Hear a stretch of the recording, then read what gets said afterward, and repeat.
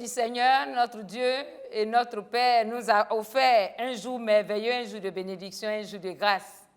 Et je suis là pour annoncer une nouvelle heureuse, une bonne nouvelle pour fortifier, pour réjouir le cœur en ce jour. Je voudrais donc vous adresser mes salutations. Soyez bénis au nom de Jésus. Amen. Prions ensemble le Seigneur. Notre Dieu, notre Père, toutes les occasions sont bonnes pour que tu t'en saisisses pour bénir. Et en ce jour, nous nous disposons, Éternel, notre Dieu, comme canal de bénédiction. Nous prions que tu confirmes ta parole au nom de Jésus. Amen. Le thème que je voudrais proposer en ce jour, c'est la bonté de l'Éternel dure toujours. La bonté de l'Éternel dure toujours. Pour ce faire, nous allons parcourir le psaume 100, psaume de louange. Poussez vers l'Éternel des cris de joie, vous tous habitants de la terre. Servez l'Éternel avec joie, venez avec allégresse en sa présence. Sachez que l'Éternel est Dieu. C'est lui qui nous a fait et nous lui appartenons. Nous sommes son peuple et le troupeau de son pâturage. Entrez dans ses portes avec des louanges, dans ses parvis avec des cantiques. Célébrez-le, bénissez son nom, car l'Éternel est bon. Sa bonté dure toujours et sa fidélité de génération en génération. Je disais tantôt que le thème sur lequel nous allons réfléchir ensemble, c'est la bonté de l'Éternel dure toujours.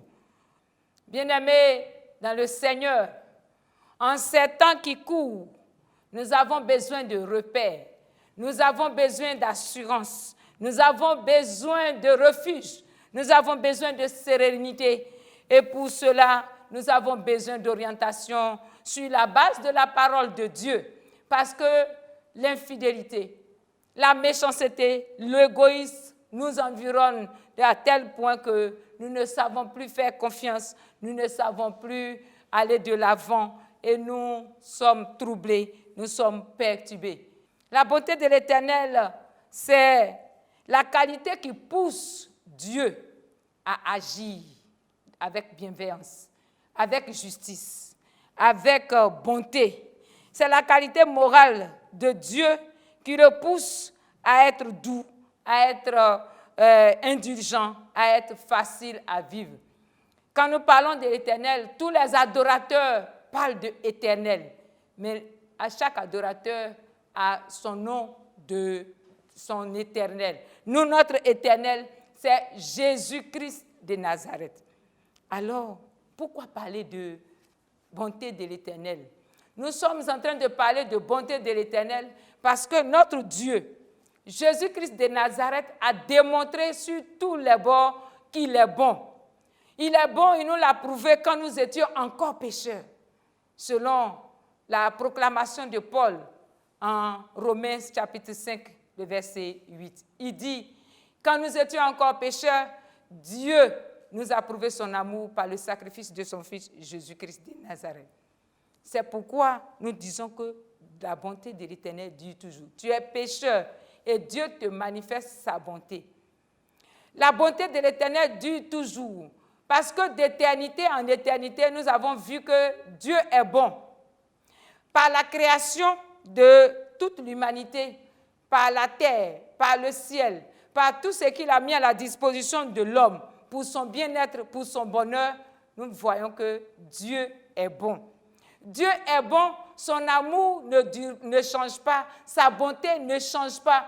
Parce que quand tu es en faute, quand tu as péché contre Dieu, au lieu qu'il se mette en froid avec toi, au lieu qu'il te donne le dos, c'est lui encore qui te montre le chemin à faire pour pouvoir revenir vers lui. Il dit, venez et plaidons.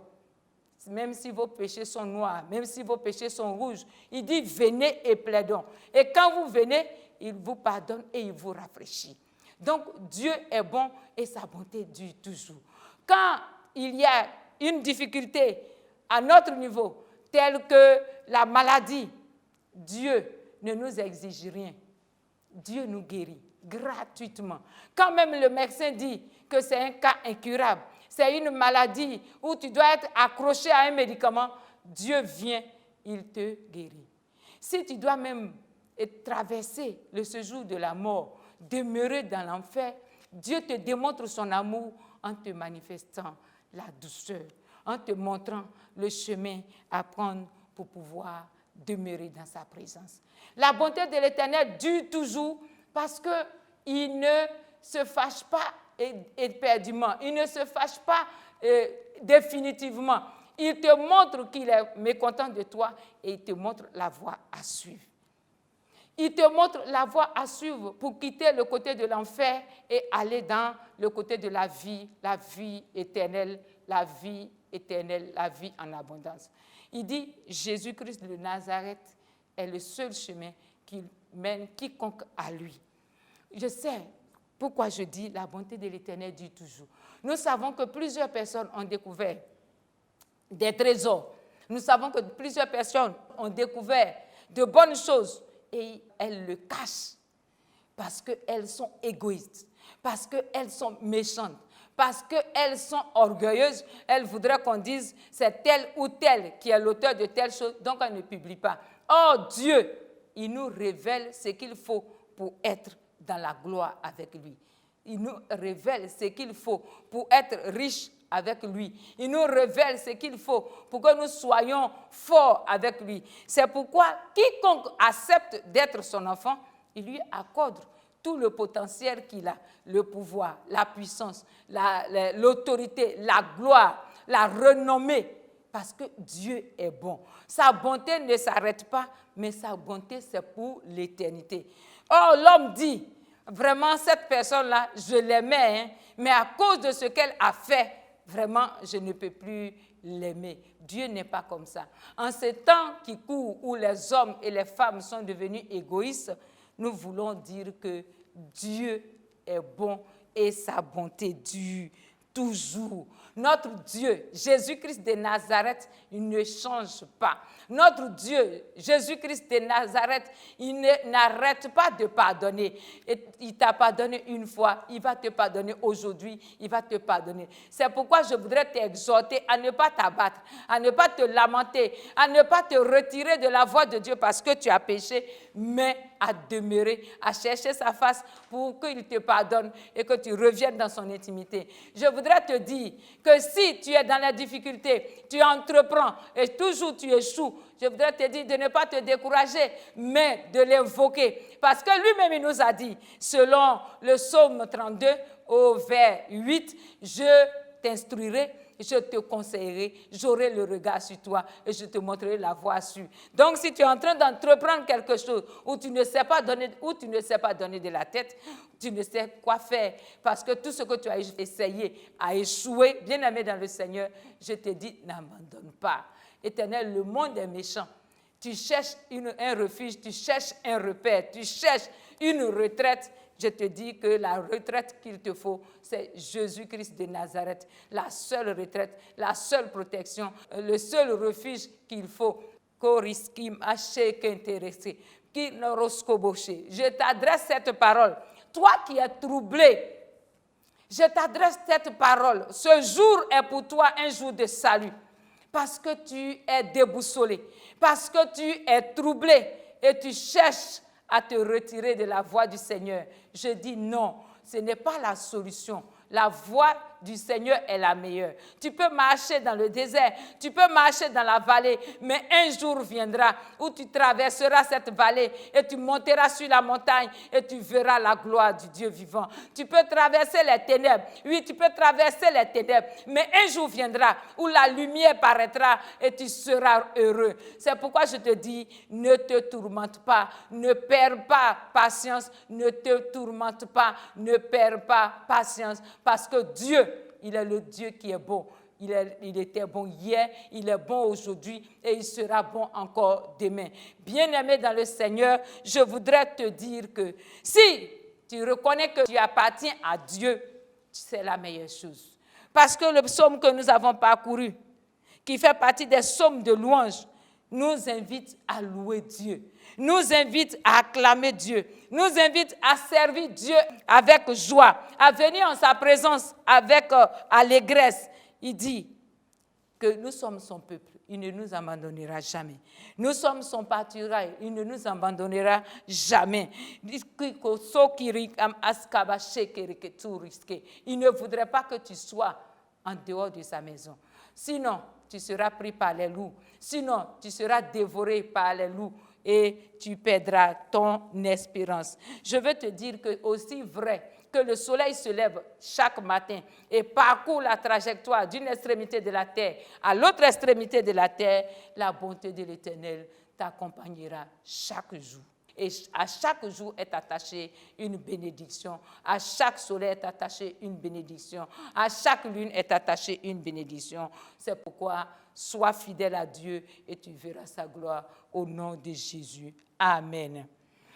Bien-aimé, tu vas incliner ta tête et nous allons prier. Prier premièrement pour ceux qui sont en train de se refroidir parce qu'ils attendent désespérément la main de Dieu. Que ce soit dans le domaine de la santé, que ce soit dans le domaine d'une bénédiction telle qu'un emploi. Je veux prier pour toi, bien-aimé.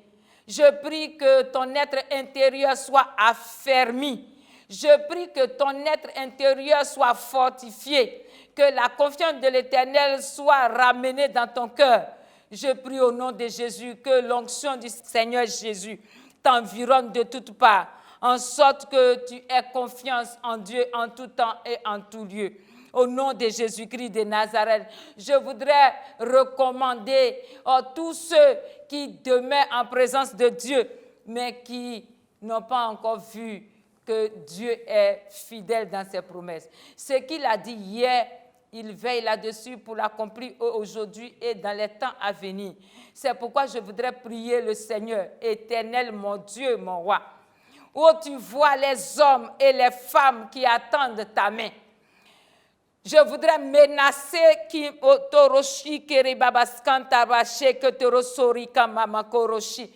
je voudrais menacer tout ce qui est œuvre des ténèbres, sémence du diable, qui empêche la bénédiction de l'Éternel de s'accomplir dans la vie des serviteurs, des enfants de Dieu, qui cherchent irrésolument la main de Dieu. Je prie que toute main du méchant soit brisée et que la bonté de l'Éternel soit vue au nom de Jésus-Christ de Nazareth. Je prie, ô Dieu vivant, pour ceux qui ne croient pas encore que tu existes. Père Tout-Puissant, laisse paraître, Éternel, ta gloire. Comme tu as rencontré Paul sur le chemin de Damas, Éternel, pour un brigand, pour un infidèle, pour un religieux. Oh Dieu, révèle-toi au nom de Jésus-Christ dans ses entreprises, dans ses actions et agis au nom de Jésus. Pour les serviteurs de Dieu vivant, pour les enfants de Dieu, en ce temps, ô Dieu vivant, où nous avons besoin d'être rassurés, je prie que ta puissante main soit sur chaque personne.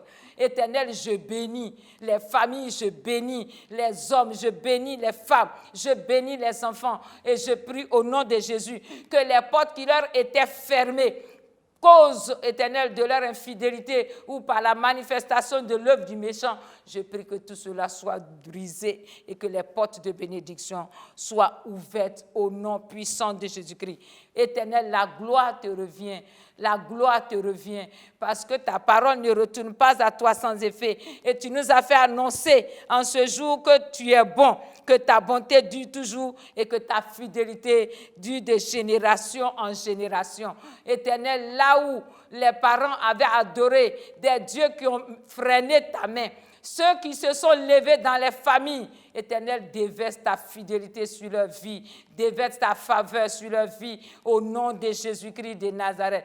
Éternel, en ce temps, les hommes et les femmes te cherchent parce que les temps sont durs. Les temps sont, Éternel, véritablement durs. Que ce soit dans les côtés de santé, que ce soit dans les côtés des finances, que ce soit dans les entreprises. Je prie au nom de Jésus que tu te révèles au nom puissant de Jésus-Christ de Nazareth. Je déclare, Éternel, mon Dieu, en ce jour, que parce que quelqu'un a entendu, que ce soit en Afrique, que ce soit en Asie, que ce soit en Amérique, que ce soit en Orient, quel que soit l'endroit où il se trouve, parce qu'il a entendu que ta bonté dure toujours, revient à toi et tu te révèles à lui au nom de Jésus. Soyez bénis, soyez bénis, soyez bénis, parce que Dieu est bon et il accomplira sa bénédiction en votre faveur au nom de Jésus.